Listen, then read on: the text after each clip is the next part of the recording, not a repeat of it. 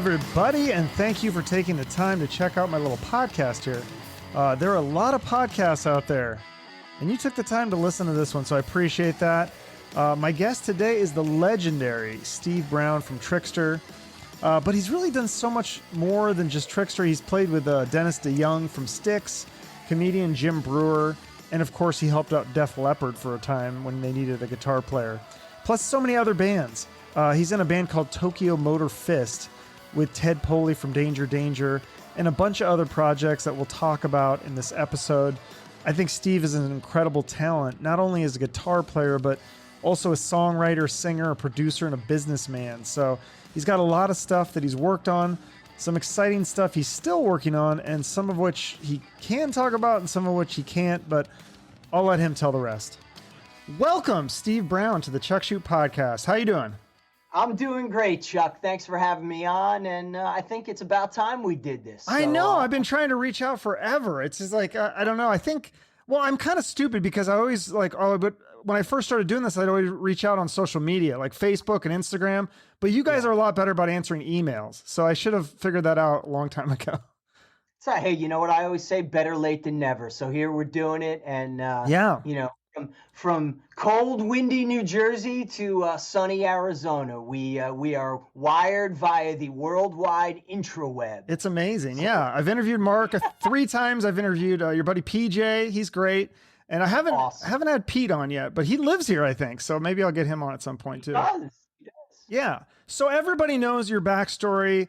It was Kiss, rock and roll all over, and the Van Halen eruption that really started the rock thing for you. But let's settle this debate right now with Eddie Van Halen. He is the greatest guitar player of all time, right? Because how many other people can play those songs? Like, can you play Eruption? I mean, that's got to be one of the hardest songs to play, I would think. Well, I mean, of course. I mean, look, Ed Van Halen, I say it all the time. He is the undisputed king of rock guitar. Now, forever, till the end of time. You know, he's the one guy who totally revolutionized guitar, but he also revolutionized the way guitars are built. So he revolutionized not only the music end of it, but the gear end of it, you know, with his, you know, he was the guy that incorporated turning, you know, taking a Strat and a Les Paul and kind of morphing it. And then the first guy using the locking tremolos. And so it's pretty incredible, you know, and his impact, especially in the 80s, what he did, you know, and more than anything, it's the music, you know, because we wouldn't be having this conversation if Van Halen didn't have great songs. Oh, absolutely. As great as any shred guitar player, and especially in this day and age where, you know, shred and Instagram and YouTube guitar stars are so prevalent, you know, the one thing that a lot of them are missing, and I don't think they even focus on it, because nowadays I know too many guitar players who are like, man, I don't even want to be in a band. I want to sit in my studio and make music and have 1 million followers and make a couple $100,000 or maybe $1 million a year by giving lessons. And it's just incredible what it's done. But Ed Van Halen was the guy who was, to me, and I really want to try to work on this somehow with like the whoever writes the dictionary, whoever that is. Yeah.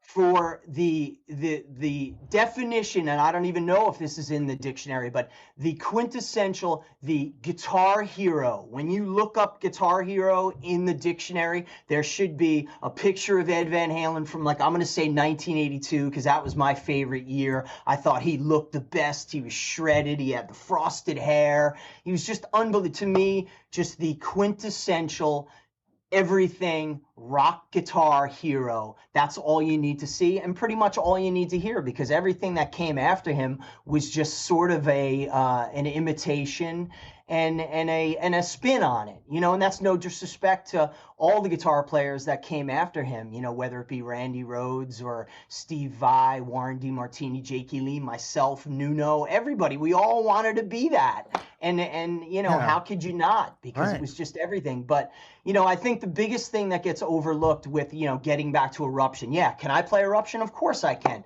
There are 1 million guitar players who can play Eruption nowadays.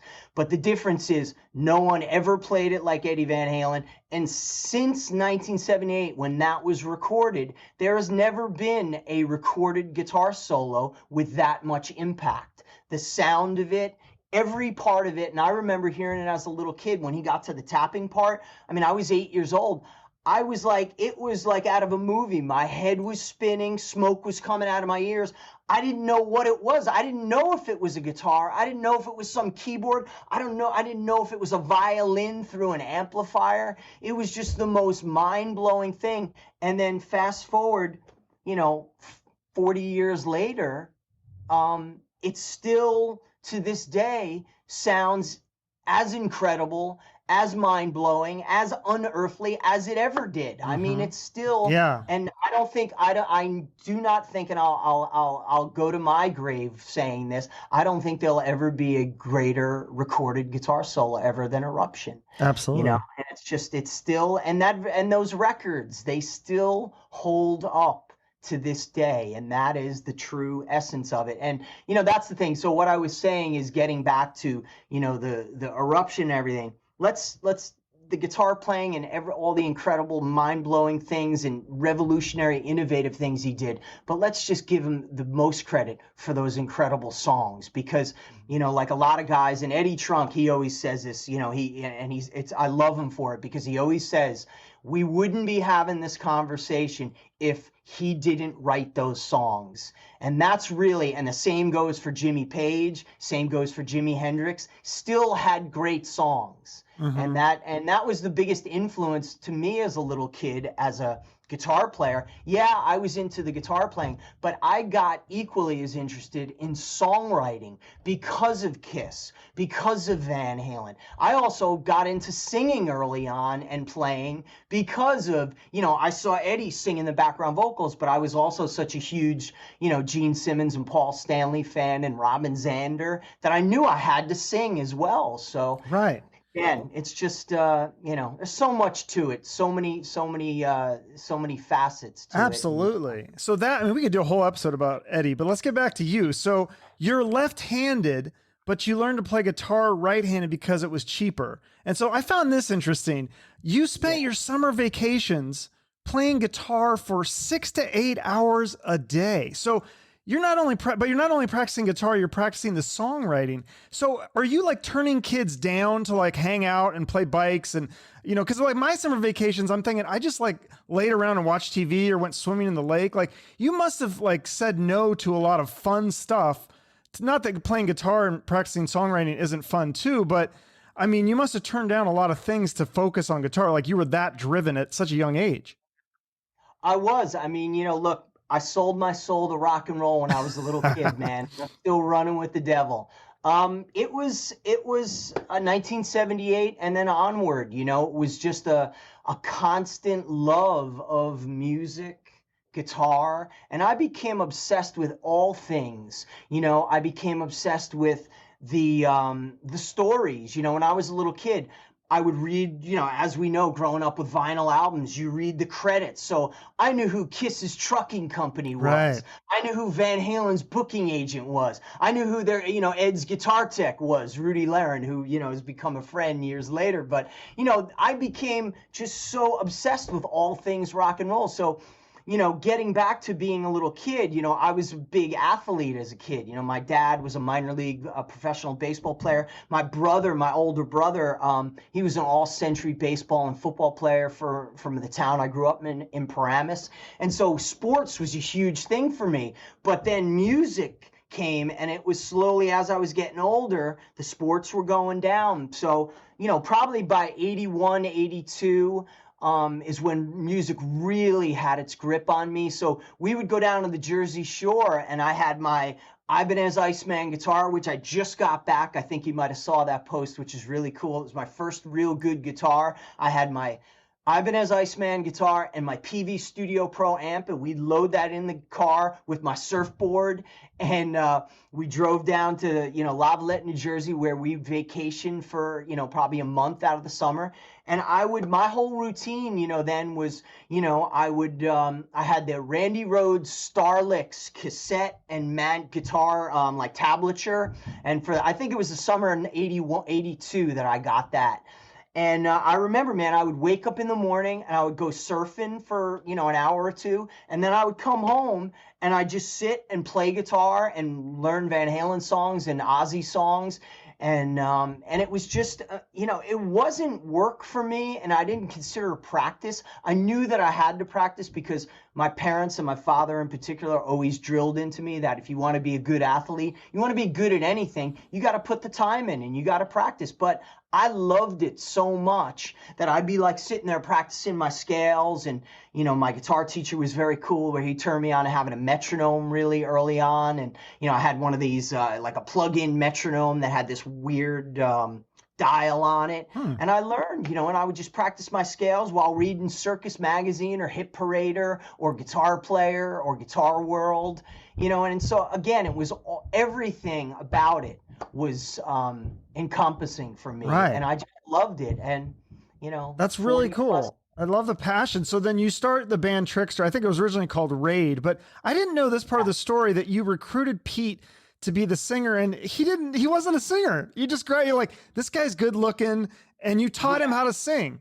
He even like music, or I mean, how did that sales pitch go? Walk me through this.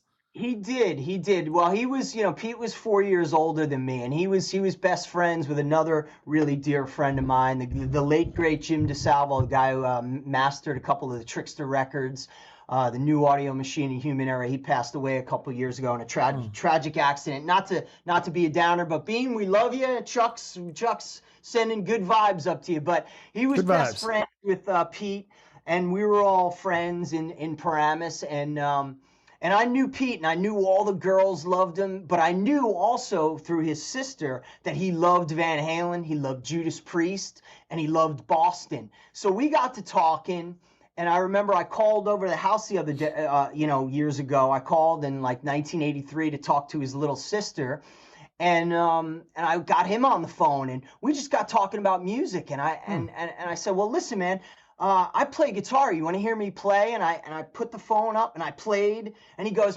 that's not you. No way is that you playing. That sounds like a record, man. That sounds too good. And I go, no, it's me. Wow. I was 11 or 12 at the time. I don't even know. Damn. So I said, listen, I'm thinking about starting a band, and I knew, and again, getting back to how I was into every part of the business. Something told me, without anybody ever putting it in my head, how important image was. And I knew. I mean, look at Van Halen. Look at all the great bands of the 80s. Image, huge part. Go back. Look, the Beatles, they made it big because they were heartthrobs first. You know what I mean? The girls went nuts for them. The Stones, same thing. They all grew into these, great artistic bands later on in their career. But, image was so important. Led Zeppelin, the same thing, whether Alice Cooper, it's a different kind of image. But I knew somehow, intrinsically, or whatever it was, I knew how important a good-looking lead singer, good-looking guitar player, how important the image was. And so I knew, and I said to myself, if I can turn this guy into a singer and sing my songs with the way he looks and the way girls go nuts over him, we're going to have a home run here. And that's sort of what we did. Yeah, and absolutely. It's just a matter of, I would just go to him, oh man, our first songs I ever wrote was a song called Mistress. And it was like a really simple, it was kind of like Making Love by Kiss. And, but I played it more Van Halen style. So it was like the something like that. You're a mistress of the day and a mistress of the night. And I just said, kind of sing it like that, but maybe try to sing it like Rob Halford.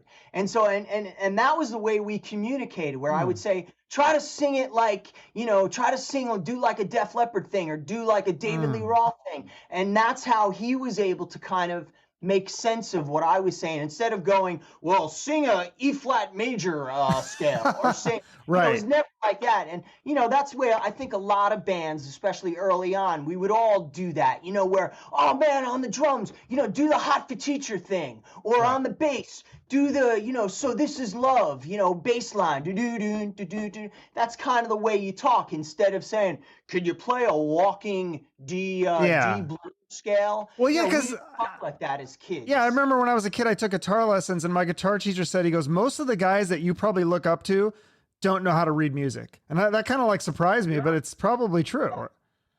Like AC/DC and all those guys, they just picked it up, and you probably played by ear mostly, right? Or you said you did use tablature a little bit, but. I did, yeah. And I was lucky enough, I started out with real guitar teachers, getting back to the story of me taking guitar lessons. There Mm-hmm. was a place in Maywood, New Jersey, Musically Yours, where I took my first lessons. And that whole story about me playing lefty or righty was my mother walked me in, and the guy, we needed to rent an acoustic guitar. I didn't have a guitar at the time. The guy who was running the store, taking care of the rental departments, he said to my mother, "Is he lefty or righty?" And she goes, "Oh, he's lefty."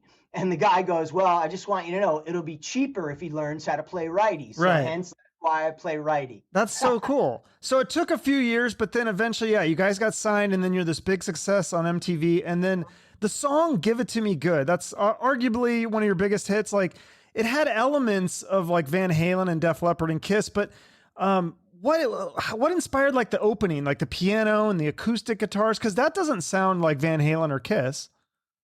No, I mean that song was kind of, that I think I've said it before, but that song was inspired. I think I was really going through a heavy like Tesla phase and Guns N' Roses. I wrote that song probably in, beginning, late 88, early 1989. Okay. So I was so into, and Tesla's still one of my favorite bands, Frankie Hanna and the guys. Yeah. A big influence on us.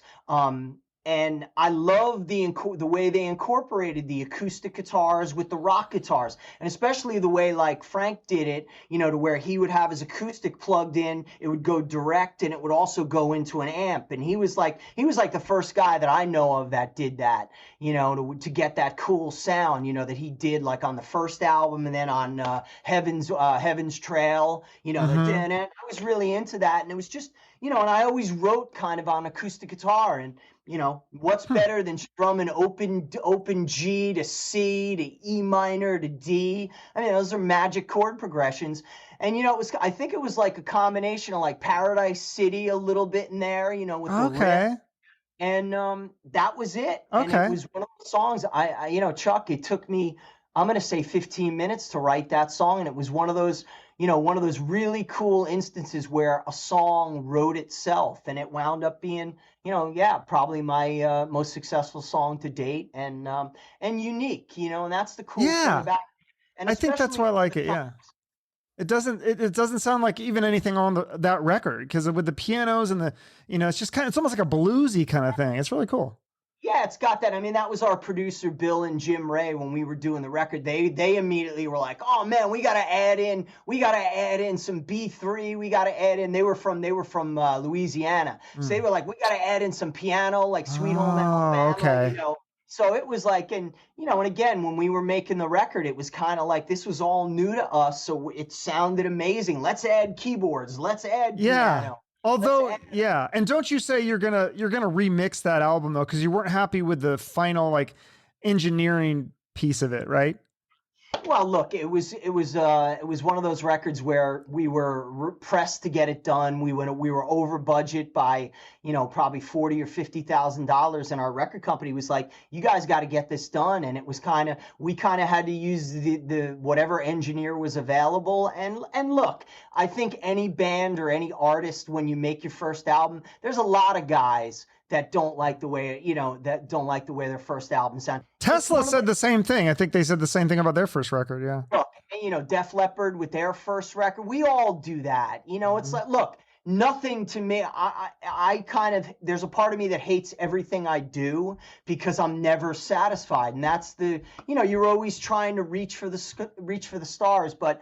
Our record was one of those things where we had to get it done to get it out. And I'm really glad that we did, and we weren't afforded, to be able to remix it a couple times, because if it would have came out any later than it did, we might have missed the wave altogether. So, looking back on it, look, it all worked out for the best. And, but what I did do, as soon as we had the success, when we knew 1 in a Million was going to be this next single, I told MCA, I said, we have to have this song remixed. And I was able to get Mike Shipley from Def Leppard, Phil and the Def Leppard guys, and Peter Mensch, their manager at the time, were able to get Mike Shipley to remix it. Mike Shipley was Mutt Lange's engineer. He mixed, Hysteria. And so when we got that remixed, I went to MCA because we were really, we were selling 20,000 records a week at that point. And I went to MCA, the powers that be, and I said, we got to have our record. Mike's got to remix our record. And they were like, first off, kid, slow down. Your record's selling. It's not a bad thing. Yeah. And they go, do you know how much money it'll cost to have Mike Shipley remix the whole record? Ain't gonna happen. Oh. So it was one of those things where, hey, I was 19, 20 years old. I was full of energy, and I wanted the best for our band. So, Yeah. but I got that shot down pretty quick. But I'm really happy with the way, if you listen to the video remix, the video mix, and what's on the album, Okay. that's more the way I would have liked the record to sound. Yeah, but, and aren't you going to remix it though? Like currently for the... Eventually, we're still trying to work out. I'm still trying to work out the details of getting our masters back from Universal, and it was all kind of moving along. But with the pandemic, everything's kind of been shut down. So realistically, I think we're probably going to be looking at best case scenario for that, maybe 35th anniversary or 40th anniversary. But in the meantime, over the last year, I've been transferring and digitizing all the original old demos, all the analog, cool. 8 tracks that we did from our first recording sessions ever. So when the time finally comes that I'm going to be able to release this stuff, it's really going to be something special, because I'm going to release everything that we have, because there's a ton of stuff that people haven't heard, and really give you insights on. So like maybe like a box set then or something? I don't know if Trixter really, deserves a box set. Oh, come on. I've seen smaller bands put out box sets. Yeah, well, I'd buy it. I'm a fan. I'm in. Right, well, cool. Yeah. So besides there was fans, obviously you guys are having success, but it's interesting, back then there was no internet, but you guys still had trolls, but they were like trolls in real life. Like you had haters. You said that you'd go into like LA because you were from New Jersey, and everybody kind of got along there. That was more like a brotherhood, but in LA, like people kind of looked at you like, what the fuck are you doing here, kind of thing. So talk about the differences between the East Coast, how the bands help each other out, and then the West Coast, how it was kind of like every man for themselves. Well, you hit it right on the head with what you said. That's exactly what it was, man. Look, John Bon Jovi was the guy. He was the guy who coined the phrase the brotherhood. So Jersey had that thing, and I'll go as far as even say a lot of the New York bands, because Trixter, when we started out playing clubs in 1986, we were playing in Staten Island a lot. We were playing in Brooklyn, Lemoore, Park Villa in Staten Island, Billy O's in Staten Island, the China Club, Studio One in New Jersey, and Mingles down in South Jersey. So it was Trixter, Skid Row, these other great bands, Sidekicks, TNA, Pharaoh, SS Steel. And what was cool about our scene was there were so many diverse bands there.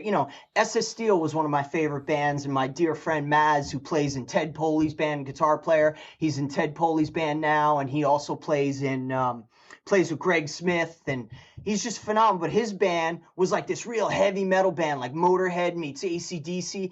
And then there was this other band, Pharaoh, where they dress up. They were like Poison on 10. They were like Duran Duran meets Poison meets Kiss. And it would be Trixter, Pharaoh, and SS Steel. All 3 bands, completely different, playing one night together at this club. And there would be guys, biker dudes for SS Steel, all the girls you could ever imagine for Trixter. And then for Pharaoh, it was just another world altogether, man. I don't know who was there. But and it was all these diverse bands, but we all got along. Somebody blew an amp out, we'd be there to take care of them. I remember we played Mingles down in South Jersey, and the guys from Skid Row were there, and I blew up 3 Marshall heads that night. Scotty Hill was there cracking up the whole time. By the time I blew up the 3rd head, he went back to his apartment where he was living with Snake and got me another head and brought it down, or he got it from the band that was playing upstairs. Wow. And it was just really cool. So that goes to show you one of the things. But what's up, Jim? Hi, we got a special guest. Is this your daughter? Hi. There you go. This is reality. Here we go. It's in the living room by the lamp. She's all dressed up for picture day. I love it. It was picture day today. Yeah. Yeah. So That's cool. So there was a brotherhood. There was helping each other. Did you guys, you said something like, there's always the bigger band helping out the smaller band. Did you guys ever help out some of the smaller bands? Well, afterwards, so the bigger bands, like I said, John Bon Jovi was the guy. When we made our first demo tape, we met John and we gave him our demo tape, and he was cool enough a week later to call us up on our hotline. We had a Trixter hotline that would, it was an answering machine, old school cassette thing. It was over at Pete's house, and he called us back and he said, "Hey man, it's John Bon Jovi. I still have the tape somewhere. John Bon Jovi, I listened to your tape. I think you guys got a lot of potential. Keep up the good work. Keep sending me the tapes," because we also knew where Doc McGee's office was in New York City. So I would always send, every time we do a new recording, I would send the tapes to John and he would call us back. So fast forward New Year's Eve, 1986 into 87, Bon Jovi's the biggest band in the world, Cinderella, Bon Jovi, Meadowlands Arena. We sneak backstage after the show. John comes walking out. He sees us because during the show we were wearing our Trixter shirts and holding them up. We were always promoting as a band when we were out on the scene. We always had Trixter shirts, whether it was girls or our buddies, everybody always promoting. So we get backstage and he goes, "Hey man, I want you guys to meet my friends. This is Dave and Rachel and Rob and Scotty. This is the band Skid Row that I'm working with." And that night we became friends with the Skid Row guys. And then a couple months later, we started opening up for Skid Row. So Snake Sabo, Rachel, Scotty, dear brothers who were there to help us out and give us advice, put us on as the opening act for all their local shows. The first show Skid Row ever did with Sebastian in New Jersey at a place called Studio One in Newark, New Jersey, Trixter opened the show for him. And that was the night they pretty much got signed. Jason Flom was there and a bunch of the people from Atlantic. Oh, man. And, so that was it, That'd man. be cool to see. Oh, it was amazing. And it was one of those things where that was my first time. I'd seen Skid Row numerous times with the original singer, Matt Fallon. And I loved them then because they still had those songs. Yeah. They had those songs. The great songs. These guys are awesome.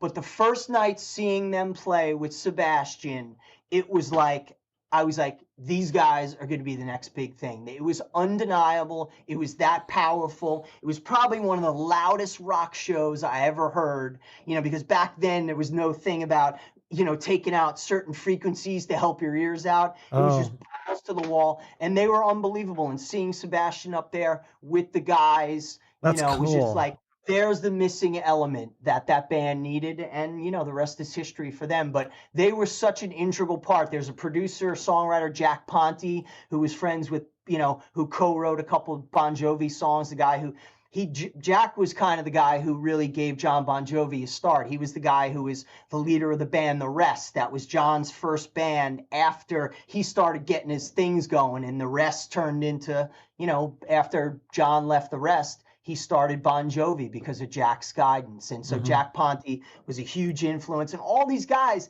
we would take care of each other. And That's we cool. did the same with certain bands, that came after us. Yeah. So well, so then you do you're doing all these big tours. You toured with Poison and Scorpions, but the Blood, Sweat, and Beers tour. I mean, I've heard so many great stories and memories from that one. Is there a fun story that stands out that either you've told before or you want to tell for the first time here? Like, you got to have something from that tour that stands out to you. I mean, every night was a standout with that. The first thing about it was we had just come off 5 months of touring with the Scorpions. We just did, 5 months of multiple nights sold out, 2 nights at Irvine, 2 nights at the Oakland Coliseum, everywhere. The Scorpions record was through the roof. They had Wind to Change. We had One in a Million and Give It to Me Good. We were number one on MTV for 5 months straight. So it was like the greatest thing in the world. I mean, to be an opening act that actually meant something. So we got this great deal to go out with Warrant. We actually got paid really well with Warrant and Firehouse. And the cool thing was, the Scorpions, they're legends. We love those guys still to this day. Whenever we see them, they're so great to us, But they were much older than us. We had nothing really in common with them, as far as personal, and they're from Germany. When we met the Warrant and Firehouse guys, it was an immediate brotherhood. The Warrant guys just took us under their wing, and I'll tell you one thing, man, those guys taught us how to party. I've heard that, yeah. They were all about it, man. They were hardcore, following in the footsteps of Motley and all the, Right. Motley and Rad and on Poison and all the LA bands. But the one thing about it was we all got along so good, and we would just hang out in each other's dressing rooms, drinking beers before the show, during the show, after the show. I mean, it was crazy. It was crazy. But, one cool story. So every night, and I'm sure you heard this, every night after the show, Jani, they would arrange, we would find out what the cool rock club or big bar in whatever town we were playing.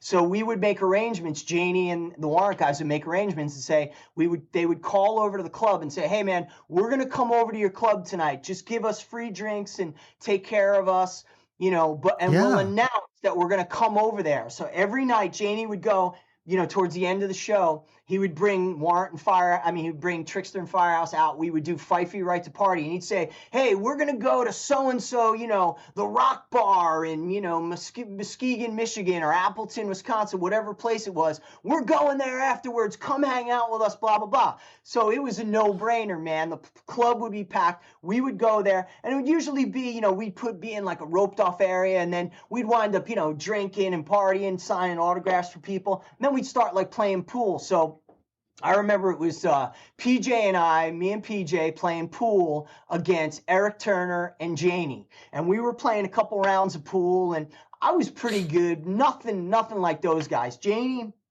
God rest his soul, that guy was a good athlete. Any sport he ever played, he was really good. He was really competitive in all aspects of life. Music was one thing. I know, what a super talent he was. But when it came to playing pool, he was really competitive. Interesting.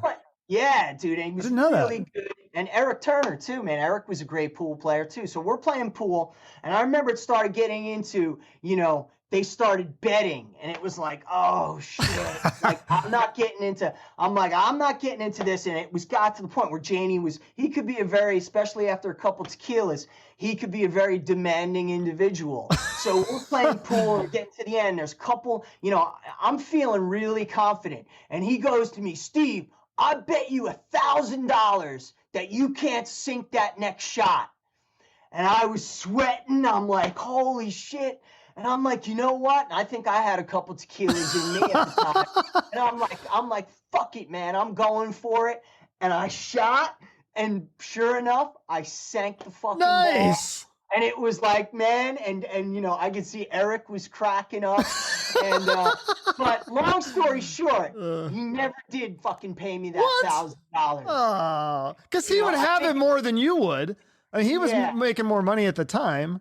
Yeah, but it was one of those. But it was a cool thing because I'm not really a betting guy, when it comes to life decisions, let me think about this. I'm going to try at 12 years old. I made the decision. I'm going to start a band and become a rock star, and we're going to tour the world. That's what's going to happen. That's a pretty bold bet on your life situation. Did you make that decision? Like you believed that was going to happen? You weren't like, well, it'd be cool if it did. Like you actually believed that at 12 years old. Well, wholeheartedly I did, but I never thought about it that way. It was just, again, the love of everything, being in a band.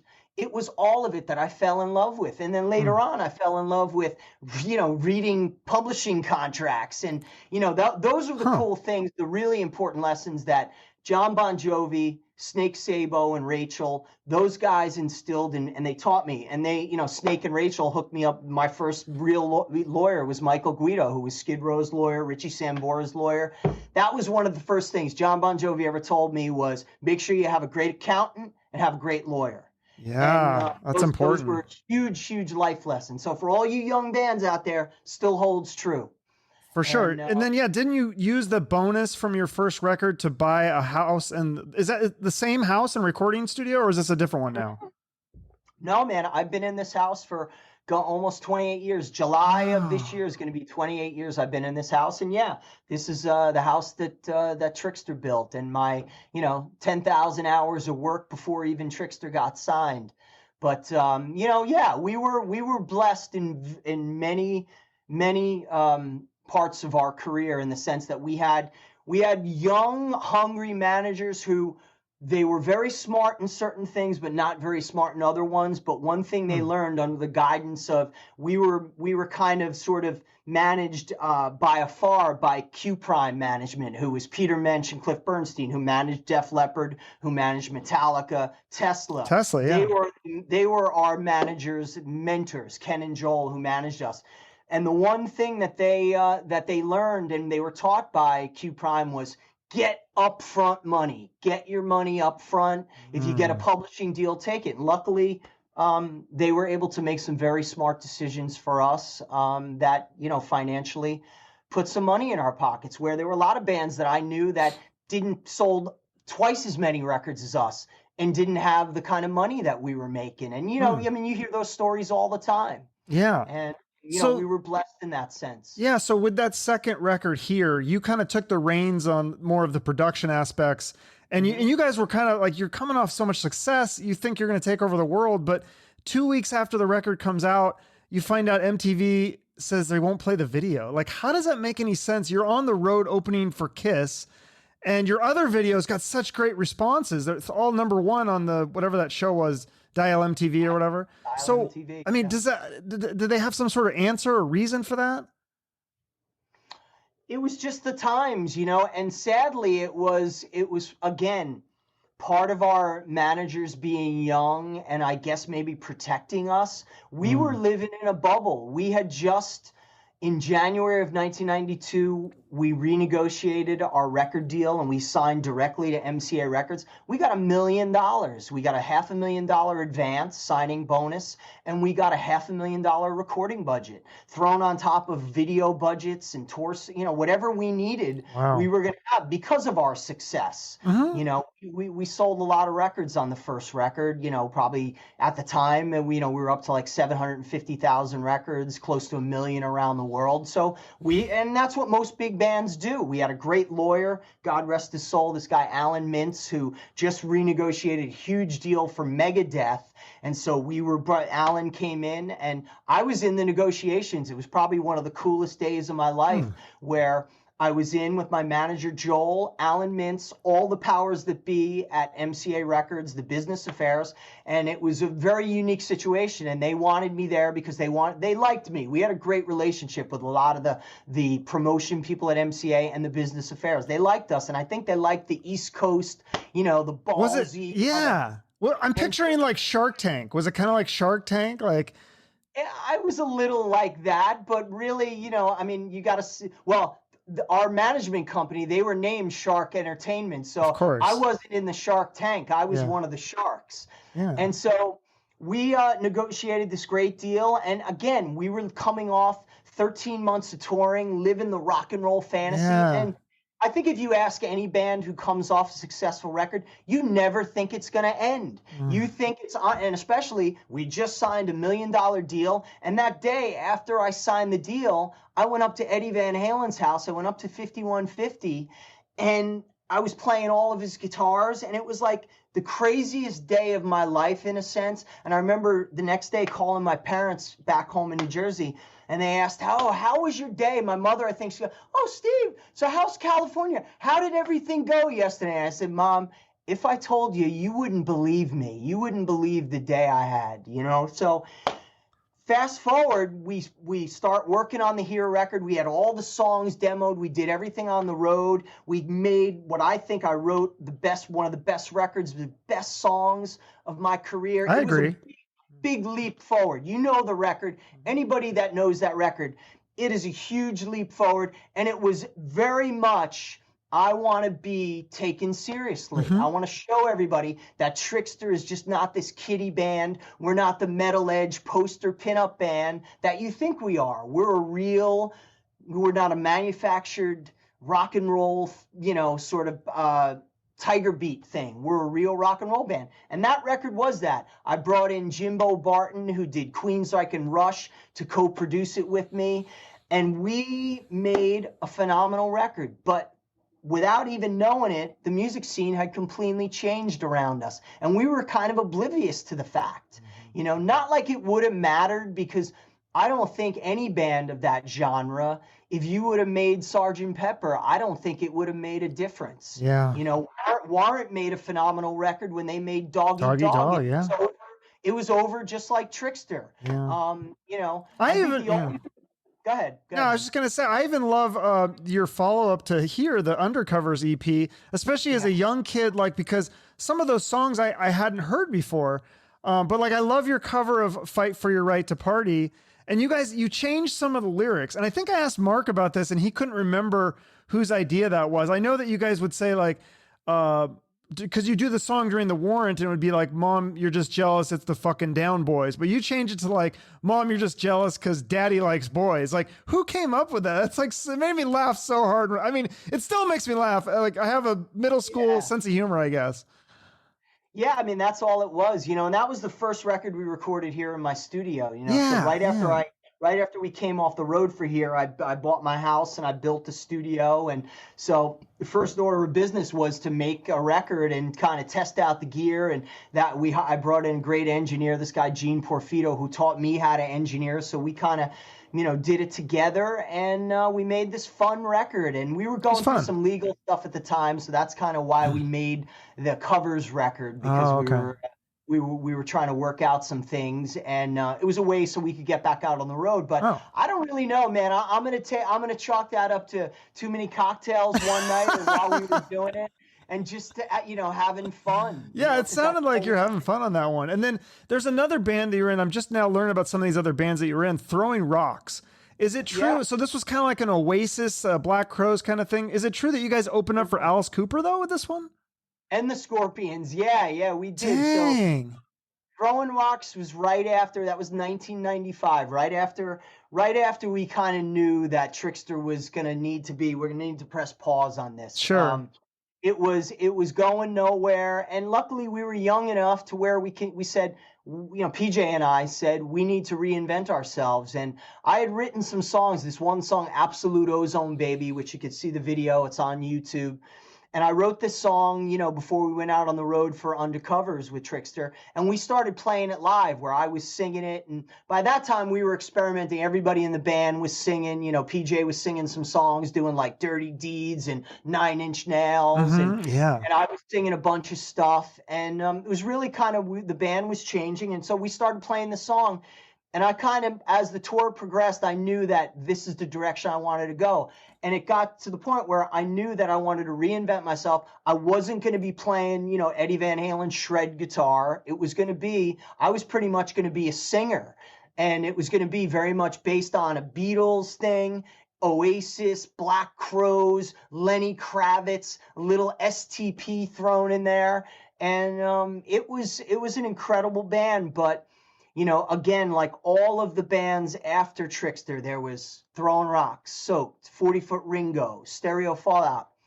When you have success as a Trixter, and as great as that was and what a blessing it was, you're kind of a marked man, to where record company guys who come out and see us and go, man, I really dig this, but I can't sign the guys from Trixter. You know, we ran into that kind of discrimination, you know, if you will. Well, yeah, that's funny because I asked, I had Sahaj Tikatin on my show, you know, from the band Raw, and I asked him about that with PJ because I just thought that was so cool that he had PJ in his band. I was like, you didn't think about like, you know, that he was in Trixter, like did that like play into your decision at all? And he's like, no, I saw him and I thought he was really tight in the pocket or whatever the terminology is. I don't know. He just thought he was a really good bass player. And I was like, oh, that's so cool. He didn't care because yeah, with like 40-Foot Ringo, you said you were really close to being signed to Sony, but that was part of the thing. You guys kind of sound, I think that band, am I crazy? It almost sounded kind of like a pop punk kind of band, like a Blink-182 Newfound Glory kind of thing.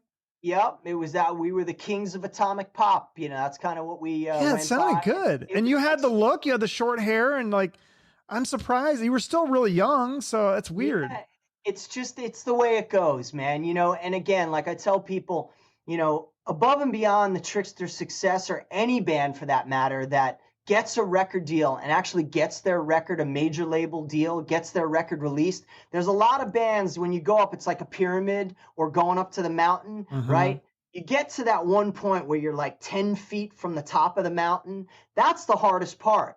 Getting signed is one thing, but when you get signed, that doesn't mean your record's going to come out. That Right. doesn't mean you're going to even have any success whatsoever. You know, there are stories of hundreds of bands who have gotten big. I know guys that have gotten $500,000 deals in the 90s, and their record never came out because by the time they finished their record and by the time it was supposed to come out, their A&R guy gets fired. So you know what? The record company goes, you know what? It's cheaper just to write them off. And it happens.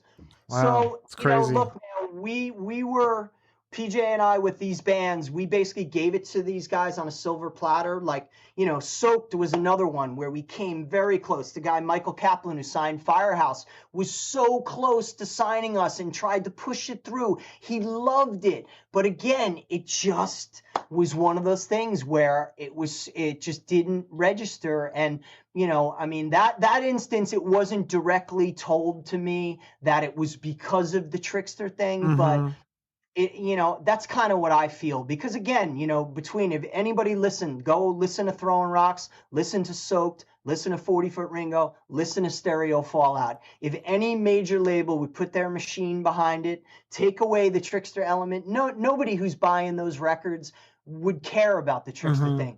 Just put it out there. Let the music do the talking. And we had the image. So, but it's just, are you going to be. Did I hear you're going to release the 40 Foot Ringo CD eventually? Well, 40 Foot Ringo's been out. That the whole thing. Yeah, that's out. It's on all the streaming services. The CD's been out. I mean, we wound up getting a good overseas deal with that, and a good Japanese deal. That's been out for years. Funny Thing, it's called. But I'm in the process of fixing up and mixing and remixing all the Throwing Rock stuff. That's going to come out first. Hopefully by the end of the year or early next year. The Stereo Fallout stuff is out on digital and streaming. That's phenomenal. That's one of the greatest things I've ever done. And but again, it's the journey that you go on in this business. And look, the one thing that I always say is you have to get up to the plate and take a swing. And that's, you could say whatever you want about me or PJ, the both of us together. The one thing we've always done, we have no fear. We go out there and we get up. We take you could throw the tomatoes, but at the end of the day, we get up to the batter's box. Yeah. We take a swing, and we've always taken a swing with high quality music and a high quality band. And, and that's at the end of the day, that's what I'm proud of, because the music is what's going to live on forever. For sure. Yeah. And so, I mean, you just kept persevering. You're playing in all these bands. There's a couple Trixter albums released later, but then Def Leppard, they give you a call and you joined Def Leppard for a little bit. And they had an interesting story about them. Like you talked about how they still share the same dressing room. Like no one has a separate dressing room in that band. How did they find a way to get along like that when so many other bands of that caliber have separate tour buses and dressing rooms? Like what is their secret? I think, well, first and foremost, it's the way they were brought up. They all came from, good families, working class families in the UK and Sheffield, and, Phil's from London. And they're just great people, besides being such incredible rock stars and the music they've written and the songs. At the core of it, they're good guys, and that's the coolest thing. And that's when I first met them in 1987, they haven't changed. When I met Phil Collin, he was not the biggest one, Def Leppard on the Hysteria, the beginning of the Hysteria tour, they were one of the biggest bands in the world. Hysteria hadn't taken off yet, but he gave me the time. He didn't know who I was. I was a 16-year-old kid, 17-year-old kid. And we hit it off immediately just talking about guitar gear. I asked him about his Bradshaw rig, and we were talking about, which was the big, guitar rigs that everybody had back then, the huge pedal boards. And then, a year later, when Pour Some Sugar on Me took off and Hysteria became the massive success that it was, they were all still those same guys, and we would be backstage with them, and they'd come off stage, and instead of getting in fancy clothes and dressing like they were on stage, there'd be Joe Elliott in a ripped shirt and sweatpants. drinking a glass of wine. Same thing he does now, where he's got his robe on and his feet. He still has those slippers with the animals that, that I think that's in the Pour Some Sugar on Me video. But that's the core of it, and they're all the same way. Viv, Rick, Sav, Phil, Joe, and they're so cool. And, for me, the coolest thing was how they brought me in when I came in to fill in for Vivian. Was I was an equal member of the band, as far as I didn't travel with the crew. I didn't have a separate dressing room. The only thing I didn't have with those guys, I didn't have my own wardrobe case. It was a little bit of a pain in the ass. So I was dragging this suitcase around that had my my stage clothes and my luggage. Finally, the wardrobe girl Tish goes, "Steve, let me take your stuff and I'll put it in. I'll put it in Phil's wardrobe case. So at least I didn't have to carry my smelly clothes everywhere." But again, man, one of the few bands, and believe me, I've been around a lot of the biggest and the best in the biz, and there's very few of the big bands of that level that all 5 guys still share the same dressing room. And it's just a testament to who they are as people, because they all still genuinely get along fabulous, That's awesome. telling jokes, and they all have a great sense of humor. And I think they really love me because of my youthful, humor and some of the jokes. It's always, like Rick Allen would say, "Oh, it's nice to hear some different jokes once in a while." Yeah. So you're touring with them and Kiss, and you had toured with Kiss obviously before Trixter opened up for them. Is that the first time you saw them since you had opened for them, or you stayed in contact with Gene and Paul? Always, from the first reunion tour, we were always, PJ and I always backstage. Every tour they ever did, we were always good friends. Tommy Thayer is a dear friend. Erik Singer's like a brother. Funny story, when we were on tour with Kiss and on the Revenge tour, Gene would always go, "Hey, listen, you guys should get Erik Singer in your band. He's got the hype thing. He looks good. He's a lot better than your drummer." And he'd go, "But the one thing is, I get 10%."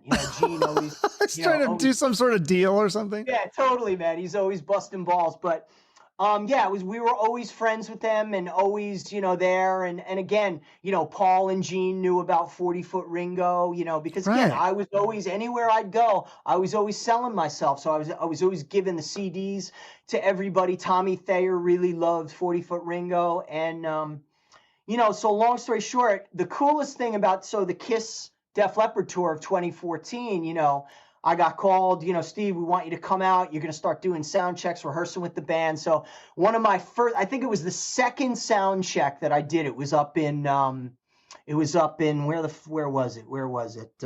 Saratoga, New York. We're doing sound check, and, I'm getting my inners in, and we do Hysteria. And I think that day we did Hysteria, Let It Go, couple tunes, Rocket. And we get in, I get my inners on, I'm doing my thing, getting into the groove, playing Hysteria.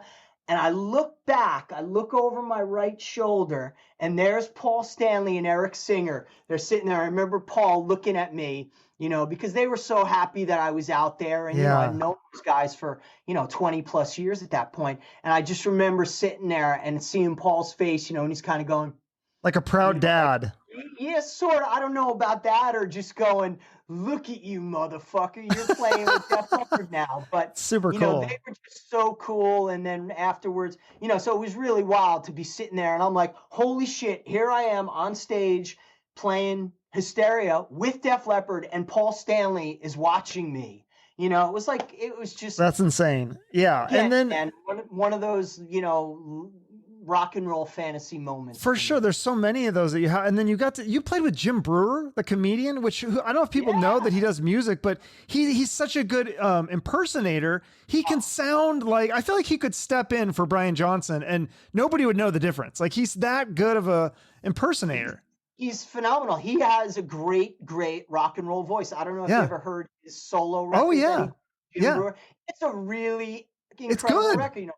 Rob Caggiano did it with him. Jay Rustin mixed it. It's a phenomenal record. Mm-hmm. And I told him right from the get-go, I'm like, dude, once we get this comedy thing down and what we're doing with you, I want to make a record with you because you're that fucking good. And not only can he sing like Brian Johnson, but he talks like them, and he does his imitation. Yeah, oh yeah. Every DC guy. And so, yeah, Jim. Is that he was a like really that, cool- like behind the scenes? Is he doing the voices and shit and just cracking you up? Or is it only when the mic's on? Yeah, I mean, Jim's a great guy. He's a family guy, loves his family. He's the nicest guy in the world, but he's also very funny. And Yeah. it was great for PJ and I because we are both frustrated comedians. So we would be riffing with him. You know, I mean, I don't know if you ever heard, but for my book, you know, PJ Farley does probably one of the best Gene Simmons impressions ever. Oh, I've never heard this. Dude, hands down, you got to hear it. He does it, especially early in the morning, you know, when your voice is a little thick. But man, his is probably the best I've ever heard. I'll have to have him back on.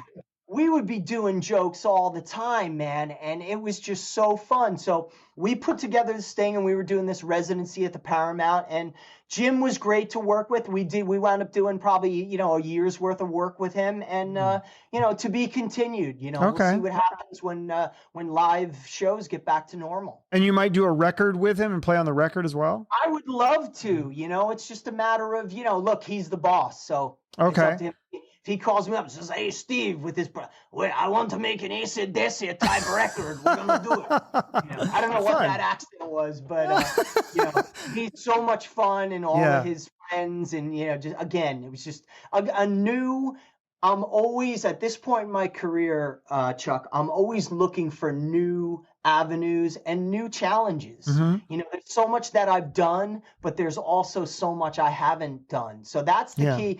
And that's what I do with making records nowadays. It's like I think about what haven't I done.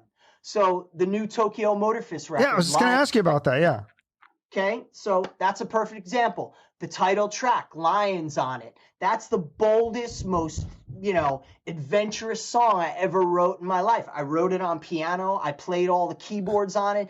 I had my friend Michael Hunter play violin, real string sections. Very much influenced by my pal Dennis DeYoung, Queen, you know, little Def Leppard thrown in there. More chords than I ever could imagine putting in one song. That's something I never wrote, let's say, My Bohemian Rhapsody. Not to say that Lions is like Bohemian Rhapsody, but it's a very adventurous song.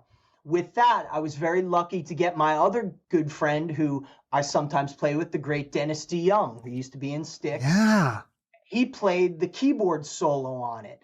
That's one thing. I never had one of my songs. All my records have, you know, as much as I love the shred guitar and the Van Halen style guitar that I do, I wanted to try something different. I'm like, I'm tired of playing guitar solos. Let's do something different. So I had Dennis play this incredible synth solo that he played with his original Oberheim, the OB8 synth keyboard that he used back in the Styx days. And we recorded it at his house, and it was, again, one of these things where it's a pinch me moment, but something I've never done as a producer. I've never, you know, I've never had Dennis and I never got to record together. So this was. But you got to play, and you also played live with Dennis, right? Like, who does the Mr. Roboto voice? Do you get to do that voice, or is that Dennis? No, that's his keyboard player, John. Damn, that would be cool to do that. But and then the cool thing with playing with Dennis is I got to play like Def Leppard. I played, you know, I filled in for Vivian and I filled in for Phil. With Dennis's band, I played for both of his guitar players as well. So I got to sing the Tommy Shaw songs, filling in for August Zadra. And then when I filled in for Jimmy Leahy, I got to sing Miss America, which is a J.Y. Young song. So it's, you know, just really, really, again, you know, these unbelievable opportunities present themselves to me, and I'm, you know, absolutely. Luckily I could cover all the parts. And yeah. Oh, another question I had about the Tokyo Motor Fist album, which is a great album, but the song Sedona, it's got Mark Rivera from Billy Joel's band. Is that song, is that about the city Sedona in Arizona here? Well, it's sort of that song, yes, Mark Rivera, the great Mark Rivera. So that's another one. I never had a sax solo besides Edgar Winter, who played on a Trixter song back in the day. One More Time? Yeah. Yeah, One More Time. That was never supposed to be the title of that song. Really? One More Time. Yeah, that was our manager did that. And it was like one of those things where he sent it to the record company without me and my approval. And it wound up, we see the CD. We're like, what the hell is One More Time? You know, what am I, Bobby Brown? You know, come on, man. I'm Steve Brown. Oh, that's hilarious. So, but I never had a sax solo beside, and Mark has become a dear friend. Chuck Berge, our drummer in Tokyo Motor Fist, is Billy Joel's drummer. So we sent the track to Mark, and he was more than willing to do it, and he loved the song, and it just fit the song superb. The lyrics of Sedona it's very much me trying to do a David Lee Roth lyric writing drill, to where, you know, Dave was always good at writing these songs to where you never knew quite what was Panama. Was it a car? Was it a place? Was it a girl? Was it a guy? Was it a bulldozer? You never knew what it was. I thought about that, yeah. Yankee Rose. What was Yankee Rose? You know, was it the Statue of Liberty, or was it a chick, or was it a guy? You don't know. Or was it a robot? Yeah. You know, so it was kind of me doing a little bit of play on words, to where Sedona talks about this beautiful scenic, you know, things. And I was writing the lyrics in summer of 2019. I was over in Germany with Def Leppard and Bon Jovi. I took my family on vacation, and I went to the Neuschwanstein Castle, which is the castle in the Bavarian mountains that that Walt Disney used for the Magic Kingdom. It's kind of the inspiration, King Ludwig's castle. And so I saw these incredible vistas, and so I was using that. I was writing down, you know, kind of one-liners. And that's kind of what it was, to where you could take Sedona, where, you know, hey, you look at a beautiful girl, and you could kind of equate it. Wow, that girl, she's got some peaks and valleys, if you know what I mean. You know, it's kind of the fun play on words, but it's worked out. And that song's been, you know, that's kind of been like one of the sleeper hits on the record. I've been getting more, you know, emails and it's kind of social media stuff going, wow, Sedona, that's one of my favorite songs. And the one cool thing about Sedona, which only PJ really knows, is that song, that riff, that guitar riff, has been around for 30 years. I wrote that right after we finished the first Trixter record.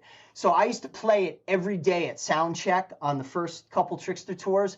And when I finally finished it and I gave PJ a copy of the record, he goes, "You finally used that fucking riff." There it is. And I go, "Hey, man." And I'm good like that, man. I keep a real good sort of inventory of my unused songs, and I use a lot of it. You know, Around Midnight was a leftover 40-foot Ringo song that, you know, I brought into Tokyo Motor Fist, and we supercharged it. Oh, so, very cool. There you go. So all the success you've had, like you said, your dad was a semi-pro baseball player, so he really, like, you know, pushed you for winning and stuff. Like, I like having this conversation. Do you think your success was like your talent, the hard work and perseverance, some of the networking, or luck, or a combination of all that? Like, how much of it is luck? It's all of it. It's all of it?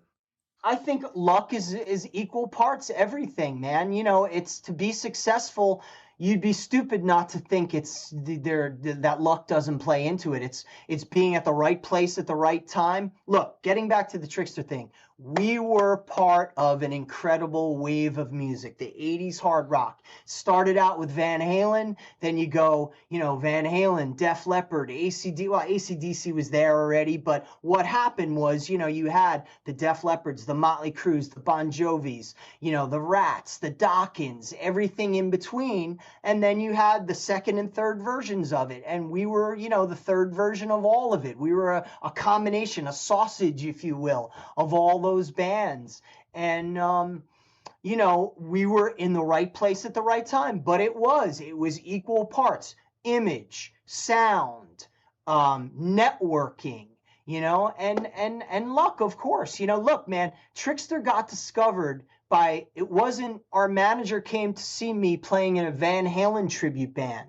He saw me playing Van Halen songs, and he saw me doing the Eddie Van Halen thing, and he said, "I don't know what you're doing, but I want to work with you. Do you have a band?" And then he came and saw Trixter, and he was like, "This is it." This guy, Ken Mako, who was, you know, one half of our management team.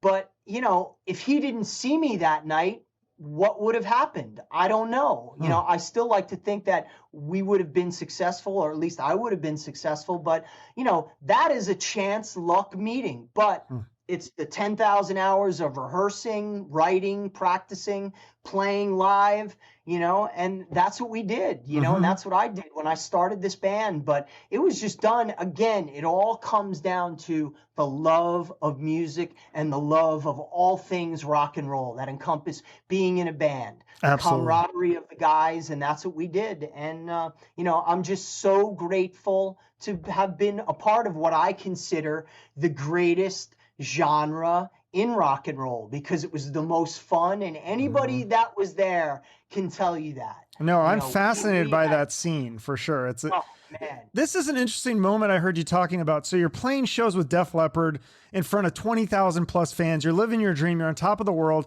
And then you come home to New Jersey and you do like an acoustic show on a Tuesday night in a restaurant in front of 10 people.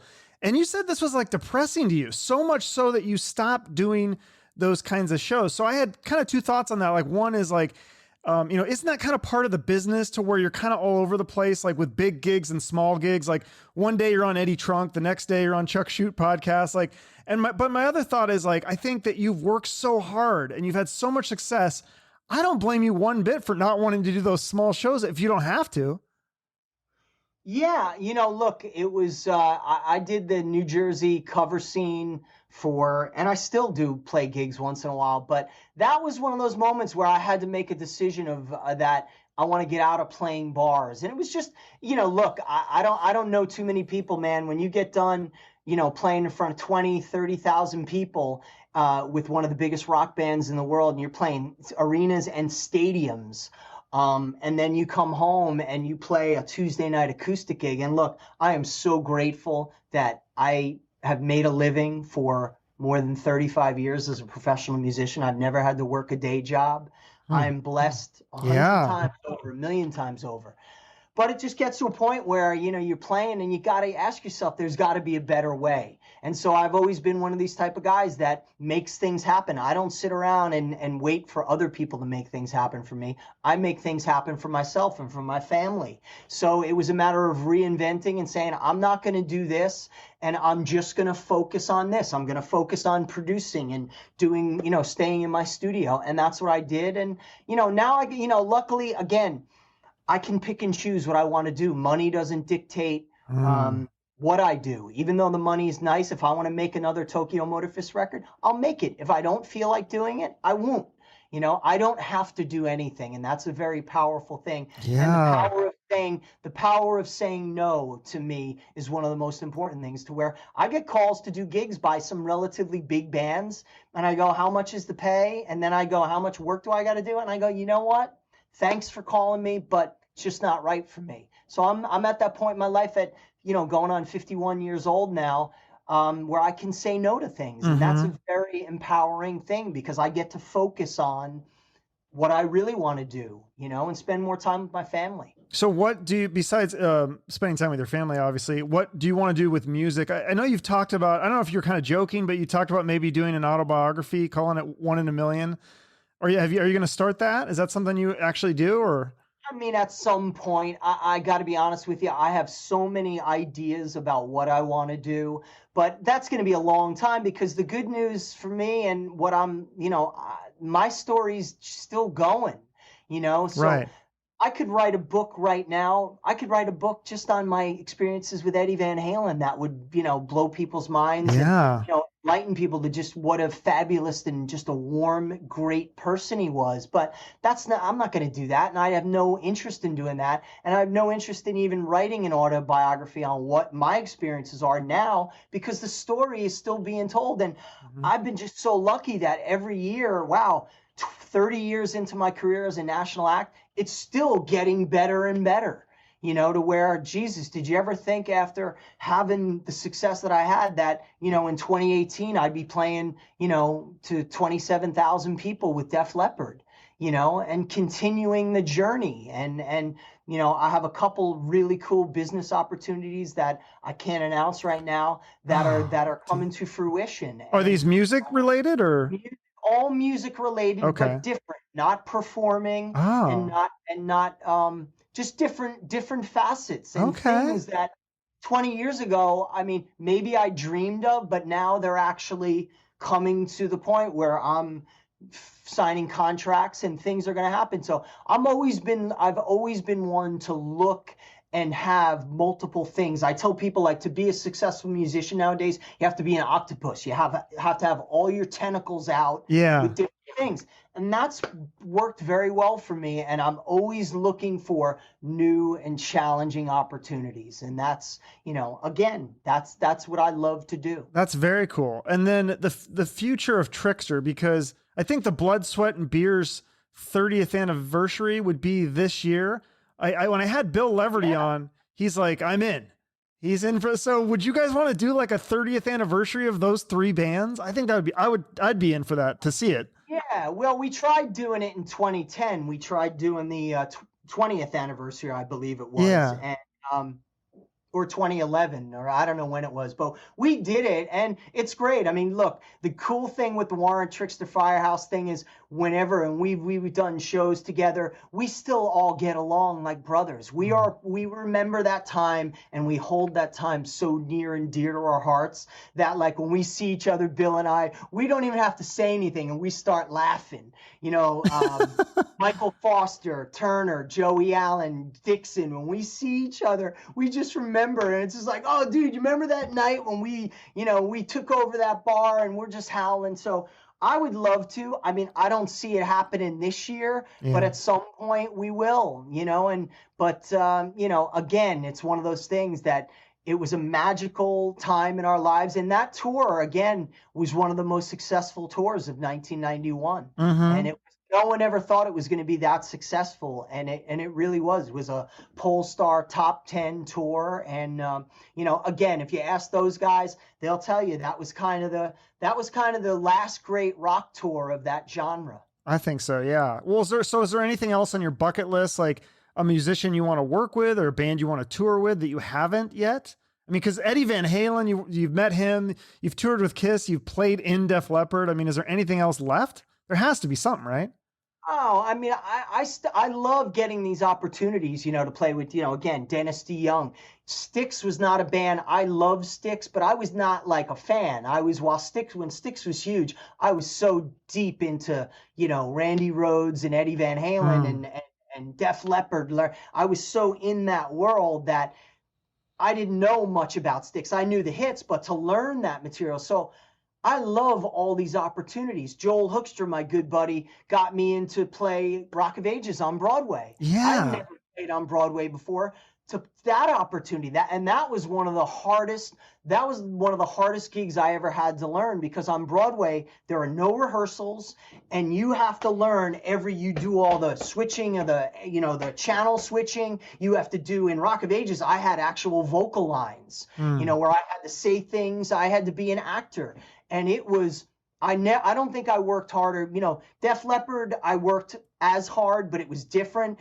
This was one of those things where I probably worked harder on the Rock of Ages show than I did on anything. So I'm just, again, so thankful for all these great opportunities. Whatever comes my way, I'm going to give it a shot. If it makes sense to me. And that's where I am in my life. It has to make sense. And I'm not going to do. Yeah. Yeah. You don't reach out to these, like, people are giving you the calls now at this point, because you have such a great resume. You don't have to make calls and reach out to people and say, hey, can I join? It's when they need you, they know they can reach out, and then you get to pick and choose what you want. Yeah, I mean, that's really the truth. I mean, look, every band has their, when you see a band that needs a fill-in or gets a fill-in guy, they all have inside guys. The reason I got the Def Leppard gig was because of a 30-year friendship. Phil Collins, one of my best friends in the world, he's like a brother to me. We're family. Same thing with the other guys in the band. I've known those guys since I was 17 years old. But the other thing is that vocally, I'm one of the only people who could sing those parts, sing the Mutt Lange and the Viv's parts, and I have that style of voice. And, Phil was the one who told the guys, Steve is the guy. Joe, listen to 40-Foot Ringo. He's got that voice, the pour some sugar on me, that airy, and, to do those Mutt Lange parts. So it's got to be right. It's got to be. I'm surprised you've never just done like a Steve Brown solo record. That is coming, I mean, again, with There it is. There's the headline. No. So let me back up. That I have songs that I'm saving for that. For all the fans out there, that's going to happen within the next 20 years, and that's probably when you're going to see some sort of book from me. Okay. You know, and you know, these are all things in where, you know, I've got a couple guys talking to me about doing a documentary, kind of telling my story because it's a unique angle. So there are a lot of things that I'd like to do, whether they happen or not, but the one official Steve Brown solo album will happen before I leave this earth and go to rock and roll heaven. Okay. Along with a book, there certainly will, because again, my story, I say it all the time, Chuck, I certainly am one of the luckiest guys in the world that I have lived and became friends with all of my heroes, rock and roll heroes. But see, I say it wasn't all luck, because who's putting in 6 to 8 hours a day as a kid playing guitar? I mean, and memorizing the names of the secretaries for Def Leppard's record company. I mean, yeah, you had that in passion and, intensity. I think that translated. I mean, yeah, maybe a little bit of luck, be in the right place, right time. But, maybe I'm being a little bit extra humble on this. Yeah, no, that's okay. Really, it's my job to pump you up. So yeah. So, well, thank you for that, man. Yeah. But I just enjoy what I do. So, but again, all of these things are mammoth undertakings, because anything I do in the studio, I just can't bang something out. You know, there are certain bands and certain artists that I know, let's just say, that put out multiple albums a year. And like, you know who they are. You know, they're in the band. They're in like 10 different bands. Yeah. 10 different bands and a record out every 3 months. And it's like, you know, and look, I like everybody, do whatever works for you. It won't work for me. Yeah. I put too much into what I do. I put everything I have into making a record. And so when I do finally do the first official Steve Brown solo record, it's first off, it's going to be very unique. It's going to have every style of music that I like. It's going to have the hard rock that is my signature, but it's also going to have a lot of different things. I've already started planning it, but don't hold your breath for it. Well, that's exciting. Will you at least tour with like Eric Martin? Because you guys came here once and I saw you and it was awesome. You did Mr. Big, you did Trixter songs. It was great. Will you be doing that again? Yeah, I mean, we're waiting. We have some potential. I mean, we have some dates that got canceled for last year that are on the books. Okay. I don't know if they're going to happen. I don't know anything, so don't ask me about what's going to happen when we're given the green light. And I know everybody kind of says that. I don't have any answers. I don't have a magic ball of what's going to happen. When everything is safe to go back out there, we'll do it. Okay. But, you know, playing with Erik, you know, PJ and I and Joey Casada, we have a great band. Yeah. And we do the Mr. Big Trixter show, and it's a ton of fun. I loved it. Yeah, great. Well, cool. Thank you. Well, I always like to end with a charity. You mentioned the David Z Foundation. So I got to look this up. It's I love it because it's to raise money for music education. And I have some music teacher friends, so I think that's a great cause. Tell me more about, is there more to know about that? Well, if you know anything about David Z was my bandmate, my brother in the 80s band that I play in, Rubik's Cube. And David was in Trans-Siberian Orchestra. He was in ZO2, and he was in the band Adrenaline Mob. And sadly, he was killed a few years back in a tragic car wreck, truck accident, which was all over the news. And I don't really want to get into that, but his family and a bunch of people, we started this foundation that David was such a music lover and music education lover and believer, and we all know how music education has been taken away in a lot of schools and a lot of curriculums. And so this was something that we all, and especially David's family, felt would be his wishes as far as having a foundation. So this gives a scholarship every year to a deserving kid, a deserving musician who wants to follow a musical path and learning the facets of it. And again, for just such a great, incredible person, David Z was one of the most unique and incredible, nicest, talented, extraordinary people I've ever met in my life. And I was just honored to play in a band with him for the better part of 5 or 6 years. And one of the few guys that actually taught me a lot. and I owe a lot to him, and I miss him every day, and all of us in Rubik's Cube. And PJ has taken his slot in Rubik's Cube, and all of our friends that have played with him, Jeff Scott Soto, the ZO2 band, Paulie Z and Joey Casada. It's just the list goes on. You ask anybody about David Z, they will tell you that he was one of the most incredible musicians and most of all people on earth. And he's up in heaven looking down, on us, and so happy that we're doing this. And so anything you could do to help out the foundation. And this Sunday on Facebook, there is a huge David Z Foundation event where I think I saw that. Yeah. It's all over, Jeff and Phil Demo and Russell Allen. It was a giant list of musicians. I think, but I think I even shared that. I was not putting two and two together until now, but that's great. So that's what it is. Okay. So go through it. Steve Stevens, Erik Singer. It's just the list goes on and on. But really one of a kind, unique things. And Joey Casada was up here doing drum tracks in the studio. He's got a great collaboration that he's doing with Mark Mendoza from Twisted Sister and a couple other guys. And there's some really incredible things. So everybody out there, donate what you can. And then also anything, if you got a little bit extra, help out our crew guys out there.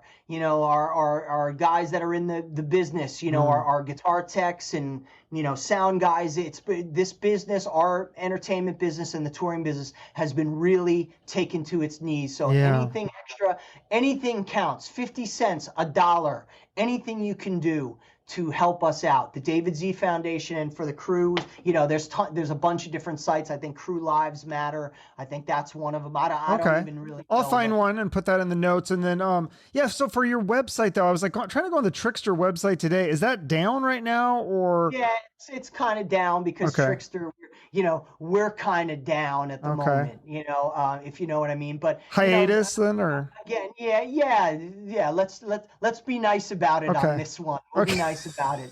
I have nothing bad to say about anybody. Yeah. So, so Trixter, but Steve Brown Rocks. I mean, I don't really do much of a website. Instagram, Steve Brown Rocks, Twitter. PJ's around. We got the Trixter Facebook, which we handle. The Trixter Twitter. So that's it. And everybody out there, and Chuck, you especially, thanks for doing all you do to keep everybody during this pandemic entertained. And I hope you guys get some insight, and I hope you get a lot of laughs out of this. This was a lot of fun. I appreciate it. Thank you so much for doing this, Steve. Got it, man. All right, take it easy. See you later. Thanks, brother. Talk to you soon. So it's episodes like this where I just feel like a kid in a candy store, hearing stories about Eddie Van Halen, Def Leppard, and Trixter, playing pool with Warrant. I mean, just really fun times and great stuff from Steve Brown. Go check out his website, stevebrownrocks.com. Follow him on social media. Follow me on social media if you're not already.